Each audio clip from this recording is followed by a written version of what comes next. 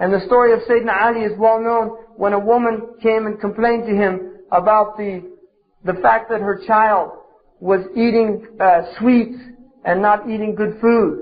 And she asked Sayyidina Ali to tell the child not to eat any sweets. And Sayyidina Ali said, come to me with the child in 3 days. And then she came back, and then Sayyidina Ali told the child to stop doing that and to obey the mother. And then the mother asked Sayyidina Ali, why is it that you delayed me 3 days? He said, because I had to give up that thing before I could tell your child to give up that thing. You see, this is the example of the people. This is their example. So give out for the sake of Allah. And I'll just finish this by saying a few things. It's a beautiful hadith in which the Prophet ﷺ is reported to have said, it's also related from Sayyidina Ali, and all of its meanings are true. It's a saying that says, Kitabullahi fihi naba'u ma qablakum. The book of Allah, in it is news about those who came before you. Wa khabru ma ba'dukum. And news about those who are coming after. In the book of Allah, you can find the news of those who are coming after if you look with a discerning eye. وَحُكْمُ مَا بَيْنُكُمْ. It is a way of ruling and judging between you, amongst you. هُوَ الْفَصْلُ لَيْسَ بِالْهَزَلِ. This is a word that comes with seriousness and separates truth from falsehood. It's not a frivolous word. It's not a light word. And it's not a joke. مَنْ تَرَكَهُ مِنْ جَبَّارٍ قَصَمَهُ اللَّهُ. The one who leaves this book arrogantly, Allah will break his back. And look at our ummah. Look at our ummah. Look at the broken back of our ummah. We were given guidance. Imam Qadi Iyad has a section in his book, The Shifa, called The Stupidity of a People Who Leave the Guidance of their Prophet for the guidance of other people. SubhanAllah. The stupidity of a people who leave the guidance of their Prophet for the error of others.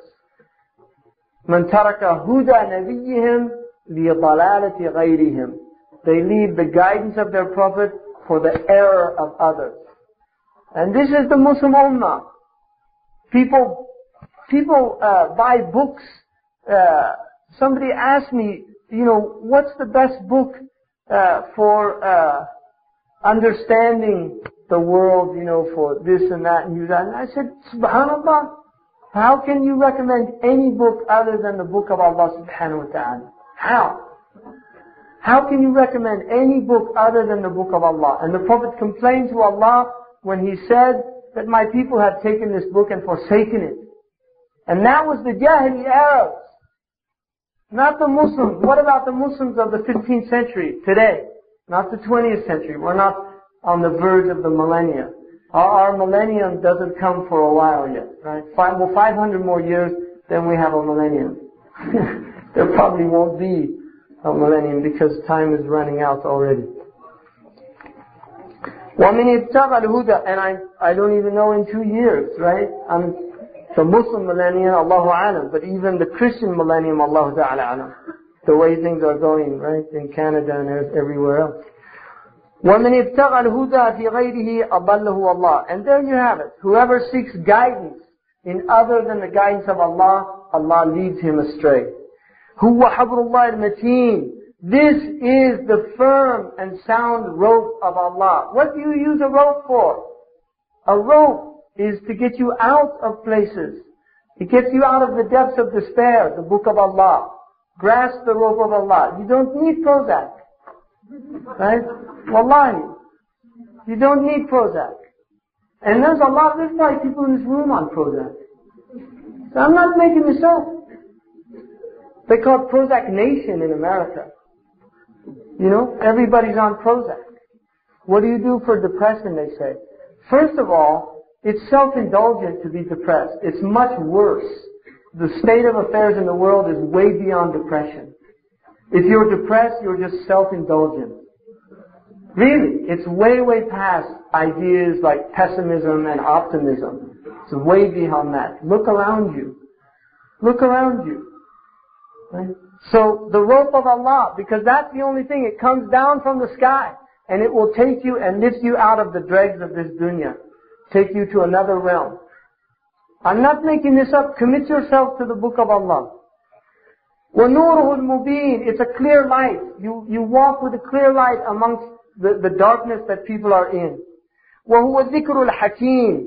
It is the wise reminder. In other words, if you constantly go back to the book of Allah, you are reminded again and again.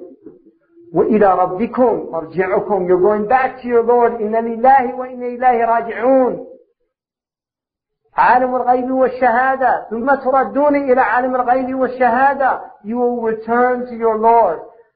يا ويلنا من بعثنا من مرقدنا هذا ما وعد الرحمن. Oh, woe to us, who woke us up, who brought us back to life after we were dead. This is what the Rahman promised, and the messengers were truthful. Many ayahs in the Quran reminding us of the temporality of dunya. It's a temporal world, it doesn't last forever. All this room now, everybody in this room, in 100 years there won't be a soul alive in this room. We'll all be dead. And the room, if there's a world, it will be filled by other people. It'll be filled by other people talking, arguing, laughing, crying, being depressed. They'll probably have new drugs other than Prozac to make them feel good. Right? Same human condition, same human predicament. وَهُوَ الصِّرَاطُ الْمُسْتَقِيمُ. It is the straight path. The Quran is the straight path. لَا تَزِيغُ بِهِ الْأَهْوَاءُ. Your passions and caprices will not deviate if you follow this book. And that's why the Prophet ﷺ, commenting on that, the Prophet ﷺ said, لا يؤمن واحدكم حتى تكون هواه تبعا لما جئت به. None of you truly believes until his own caprice is in accordance with what I've brought. ولا تلتبس به الألسنة. If you speak by the Quran, your words will never be ambiguous. You'll be clear if you use the hukm of Allah subhanahu wa ta'ala. وَلَا تَتَشَعَّبُ مَعَهُ الْأَرَاءِ. You will not have differentiating opinions if you refer back to the book of Allah as it was understood by our rightly guided scholars and as it was explained by the life of the Prophet ﷺ. Not by ignorant people trying to lead people astray by pulling ayahs out of context or interpreting them in ways that they were not intended. وَلَا تَشْبَعُ مِنْهُ الْعُلَمَاءِ. The scholars will never be satiated from this book. No matter how much knowledge you get, you will never be satiated from the book of Allah. If you spend your entire life studying the book of Allah, you will never be satiated. وَلَا تَمَلُّهُ الْأَتْقِيَاءِ. The people of taqwa, the people of ibadah, they never grow tired or bored of reciting the book of Allah. There's a pleasure in the reciting the book of Allah. But the problem is, and I'll tell you something about this, if you eat junk food, like McDonald's, it tastes good. That's why people keep going back. They eat the hamburger and they drink the milkshake. And if you give them an avocado sandwich with organic lettuce and whole wheat bread, they'll spit it out. This is true. Somebody used to eating junk food, they can't eat healthy food. It doesn't taste good. But somebody who eats healthy food, I guarantee you, because I do, somebody who eats healthy food, they get sick if you give them junk food. They feel sick. Wallahi, they feel sick. You drink Coca-Cola, I can't drink Coke. It makes me ill. I can't drink it.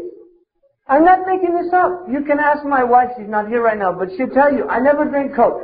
I don't eat ice cream. I don't eat like cakes and things like that. It makes me sick. Why? Because I've accustomed myself to eating good food. So I can't eat it. And my wife, who used to eat a lot of junk food before she married me, we went to somebody's house once, and they brought her like a French toast made out of like white bread, and they had this phony maple syrup, right? It wasn't Canada. It was America, right? It had phony maple syrup. She told me she couldn't eat it. She felt sick, and she ate it to be polite. And afterwards, when we were driving back, she said, you know, it's amazing. That's the same French toast my mother used to make. I grew up with that, and I can't eat it anymore. Why? Because she got used to eating wholesome food, so it made her ill.